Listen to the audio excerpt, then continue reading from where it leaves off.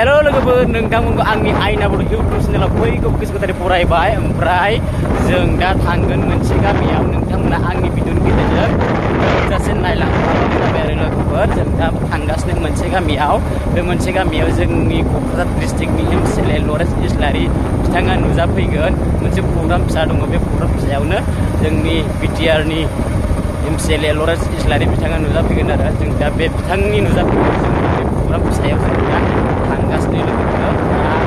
मानि थाखाय बे प्रग्रामा जादों नोंथांमोना नायलांबानो जाबाय नोंथांमोना जा हायो खालामनोसै दा नोंथांमोना भिडिअखौ जोबजासे नायलांफाबानो जाबाय आरो जों दा थांबाय थानाय जों दा गारि घरानि दा जों नै फैगासिनो गामि सिं सिं हाबगासिनो आरो लोगोफोर नै दा गारिखौ रानिं खालामगासिनो जोङो फाइनालि जों दा लकेशनखौ मोनफैबाय नै लोगोफोर माने जोंनि गामि खाथियावनोखा आरो जोंनि न'निफ्राय माने अनलि 4 किल'मिटारल' जायो आरो लोगोफोर दा नोंथांमोननो आङो खिन्थालांबाय थानोसै जा हायो भिडिअनि गेजेरजों वाव मोनफैबाय नै जों दा वाव पार्किं दा नैबे न'खौ जोंनि BTRनि मानगोनां MCLA लरेन्स इस्लारि बिथाङा बेखेवनो फैगोन आरो ओमफ्राय दा नै रेडि खालामखाजोब्बाय आरो गासिबो मावनांगौ हाबाफारिखौ माने मावफुंनानै दोनखाजोब्बाय आरो दा माने जोंनि BTRनि MCLA लरेन्स इस्लारि बिथाङा बेखेवफैसिगोन आरो दा ओमफ्राय दा सारा सफैथ'वाखै आरो दा दसे समनि उनाव सफैगोन ओमफ्राय नोंथांमोननो आङो जा हायो भिडिअनि गेजेरजों दिन्थिलांनो नाजाबाय थागोन आरो लोगोफोर दा नायलांबाय थाब्लानो जाबाय आरो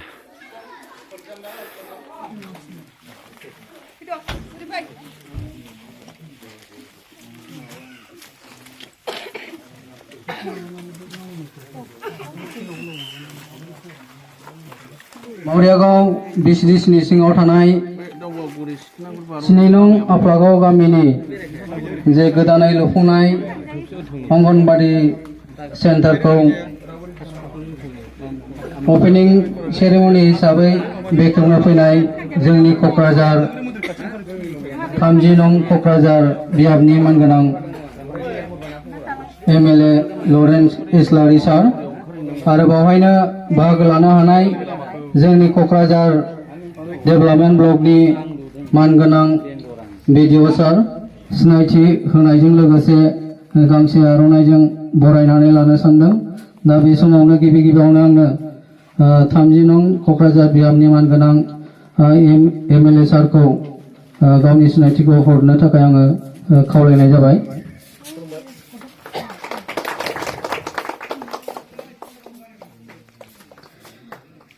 साबायखर थाबाय सिनायथि लानायनि थाखाय आरो बरायनानै लानो हानायनि थाखाय क'क्राझार डेभेलपमेन्ट ब्लकनि मानगोनां BDO सारखौबो बे समाव गावनि सिनायथिखौ हरनो थाखाय आङो खावलायनाय जाबाय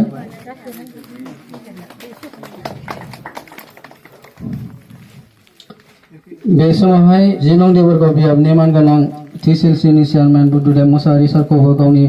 सिनायथिखौ हरनो थाखाय आं बे समाव खावलायनाय जाबाय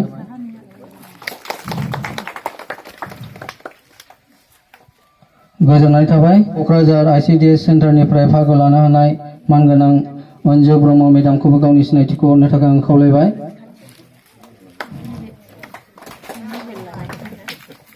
क'क्राझार ICDS सेन्टारनिफ्रायनो बाहागो लानो हानाय सबिता ब्रह्म मेडामखौबो गावनि सिनायथिखौ हरनो थाखाय खावलायनाय जाबाय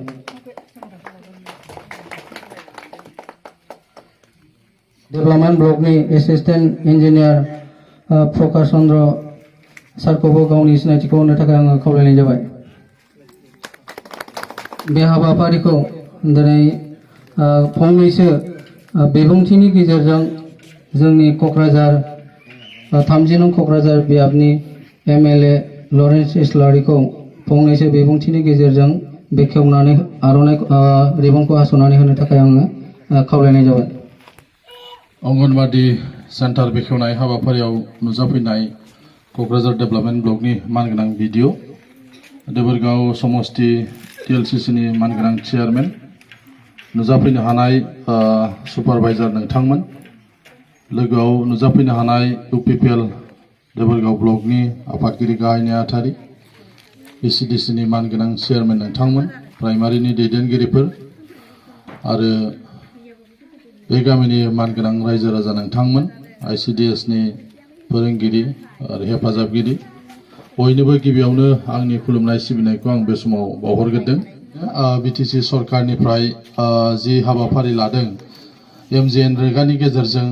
मडेल अंगनबादि सेन्टार लुनाय, गिबियाव बिनिखायनो आङो बिटिसिनि मानगोनां चिफ बिथांखौ साबायखर बावदों जे बेबायदि हाबाफारि लानायनि थाखाय। आरोबाव जोंनि क'क्राझार डेभेलपमेन्ट ब्लकनि भिडिअ बिथांखौ साबायखर बावदों,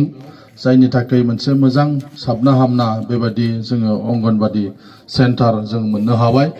आं मिजिंथियो जे उन्दै उन्दै गथ'फोर जायफ्रा थाखो सेआव नाम लगायनायनि सिगां प्रि प्राइमारि स्टेज जेराव फैजेननानै 1, 2, 3, 4 क ख अ सोलोंजेननाय, जाहाथे बे थाखोसेयाव थांनानै आख' फाख' मोनहैया, गाबहैया, स्कुलाव थांनो बानाय जेन' थासारि बिदि जाया। बेनिखायनो हाबजेननाय एबा सोलोंजेननायनि थाखाय जि अंगनबादि सेन्टार थायो, बे थासारिया जोंना मोजां नङामोन। बायहं जिहं न'फ्राव जों खालामोमोन, सोरनिबा क्लाबाव खालामोमोन, रायजोनि न'फ्राव खालामोमोन, गावहानो बेबायदि गोबांहानो न' गैया। दा बेबायदि समाव जोंनो बिटिसि सरकारनिफ्राय MGNREGAनि गेजेरजों बेबायदि न' लुफुंनायनि खाबु होनाय जाबाय आरो जेखौ जोङो मोजाङै जों जेन' बाहायनानै लायो। जायफोर फोरोंगिरि आरो हेफाजाबगिरि बिथांमोनखौ खावलायगोन, बिथांमोना जेन' फरायसाफोरखौ मोजां मोनसे जोथोन लानानै मोजां मोनसे आबहावा जिहेतु जों मोनबाय, बेनिखायनो जोथोन लानो थाखाय आं खावलायदों। गामिनि गावबुरा नेहाथारि, क्लाबनि प्रेसिडेन्ट, सेक्रेटारि, आइजोफोरनि सेल्फ हेल्प ग्रुप दङ, जों बयबो जोथोन लालायलायनांगोन। बिमा रावनि सोलोंथाइ लानायखौ जों बयबो थुलुंगा होनांगौ। आरो बेनिखायनो जोंनि अंगनबादि सेन्टारफ्रा जुदि मोजां जायोब्ला, बेयाव जुदि गथ'फ्रा जेखौ सोलोंनांगौ उन्दै बैसोआव स्कुलाव थांनायनि सिगां बेखौ जों जुदि बेहाय मोजाङै फोरोंनो हायोबा, बिथांमोना गमामायैनो थाखोसेयाव नाम लागायहैगोन बर' मिडियामाव। दा बेखौ जों मिजिंथिदों। बेनिखायनो बे जोथोन लानाया बयनिबो मोनसे हाबाफारि, बेखिनिखौ आं खावलायदों। सिबिनाय बावहरनानै दिनैनि बे हाबाफारिखौ मावफुंनो थाखाय आखायाव लानाय जाबाय।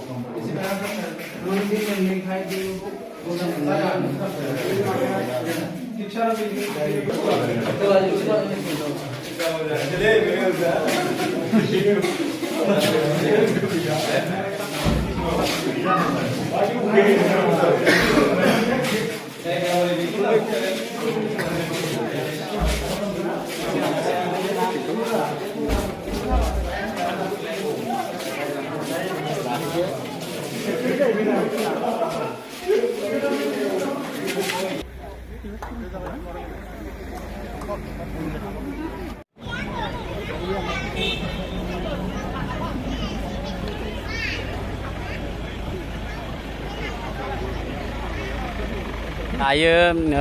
दिनाव देबरगाव समस्तिनि मानगोनां MLA लरेन्स इस्लारि बिथां सारा अंगनबादि ICC स्कुलखौ दायो बेखेवनानै थांबाय। दा